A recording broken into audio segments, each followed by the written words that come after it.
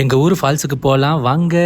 Suruli ஃபால்ஸுக்கு within 15 மினிட்ஸில் போயிடலாம். Every 10 minutes once bus இருந்துகிட்டே இருக்கும். நாங்களும் ரொம்ப நாள் ஆச்சேன்னு சொல்லி கிளம்பியாச்சு. மினி பஸ்ஸில் லாஸ்ட் சீட் கிடைக்கிறதெல்லாம் ரொம்ப ரேர். அதில் கூட ஒரு ப்ராப்ளம் இருக்குது. என்ன மாதிரி சில்கி ஹேர் இருக்கிறவங்களுக்கு மட்டும்தான் அந்த ப்ராப்ளம் என்னன்னு முழுசாக புரியும். இந்த பக்கம் காட்டலான்னு பார்த்தா ஃபுல் ஹவுஸ், அது நமக்கு செட் ஆகாது. ஸோ நான் போகிற வழியை காட்டுறேன் வாங்க. போகிற வழி ஃபுல்லாக இந்த மாதிரி ஆறுகளும் தென்னந்தோப்புகளும் வாழைத்தோப்புகளும் கொடிமுந்திரி தோப்புகளும் நிறைய கண்ணில் படும். போய் இறங்கி ஒரு என்ட்ரன்ஸ் டிக்கெட் வாங்கிட்டு உள்ளே போனால்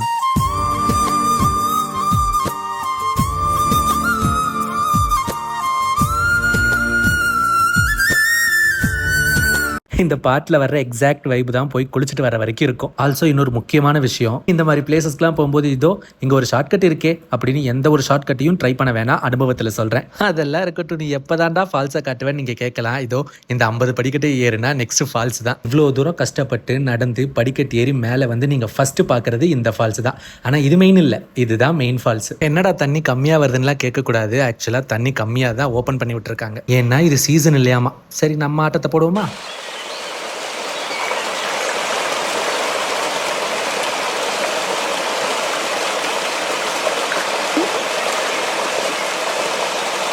நீங்கள் குளிச்சுட்டு வெளியே வந்து ட்ரெஸ் மாற்றுறதுக்கு கூட சேஃப் பிளேசஸ் இருக்குது. இதோ வந்துட்டானுங்க பாருங்கள் பிட் பாக்கெட்ஸ். இவங்க கிட்ட நீங்கள் ரொம்ப ஜாக்கிரதையாக இருக்கணும். நீங்கள் கொஞ்சம் கேர்லெஸ்ஸாக இருந்தால் கூட உங்கள் ஸ்நாக்ஸ் எல்லாம் உடனே கிட்னாதான். ஃபைனலி குளிச்சு முடிச்சுட்டு நாங்கள்லாம் கிளம்பிட்டோம். சுருளி வந்தீங்கன்னா நீங்கள் மிஸ் பண்ணக்கூடாத ஒரு கோவில் இருக்குது. அந்த கோவிலை பற்றி நெக்ஸ்ட்டு சொல்கிறேன்.